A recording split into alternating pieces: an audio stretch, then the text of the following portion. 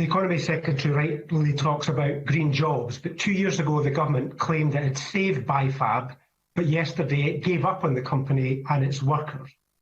Now, when I stand on the harbour at Anstruther, I can see work already beginning on a wind farm off the Fife coast. So this is urgent.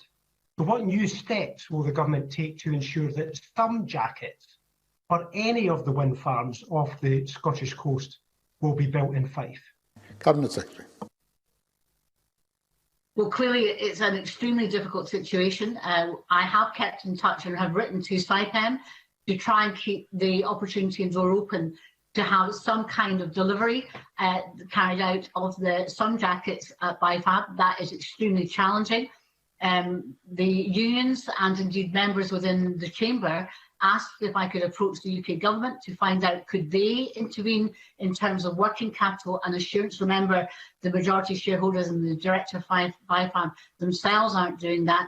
And we've had the response from the UK government that they agree with our analysis and that they cannot provide legally compliant intervention for BiFab either. It is a challenge, but we will continue to try and work to see what can be done.